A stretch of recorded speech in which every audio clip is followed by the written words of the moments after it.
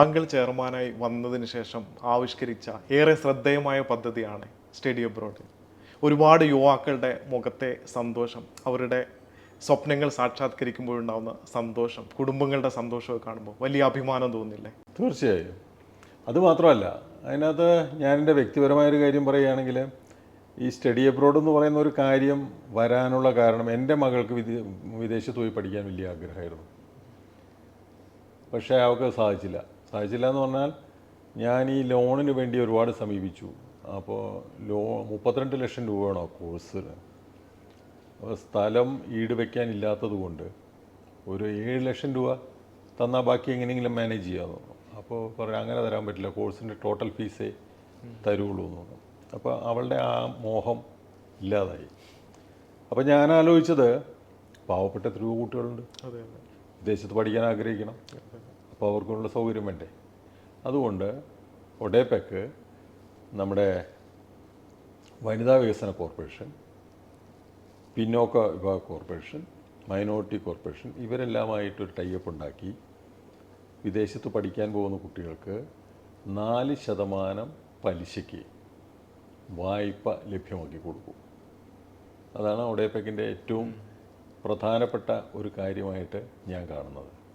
സമ്പന്നന് മാത്രം ലഭ്യമായിരുന്ന, സമ്പന്നന് മാത്രം, അവൻ്റെ മക്കൾക്ക് മാത്രം ആഗ്രഹിക്കാൻ സാധിച്ചിരുന്ന വിദേശ വിദ്യാഭ്യാസത്തെ സാധാരണക്കാരുടെ മക്കൾക്ക്, പാവപ്പെട്ടവൻ്റെ മക്കൾക്ക് വായ്പ ലഭ്യമാക്കി കൊടുത്ത് അവരാഗ്രഹിക്കുന്നു വിദേശ വിദ്യാഭ്യാസമെങ്കിൽ, അവരാ എക്സ്പോഷർ ആഗ്രഹിക്കുന്നെങ്കിൽ അതോടൊപ്പം ഒഡേപെക്കുണ്ട്.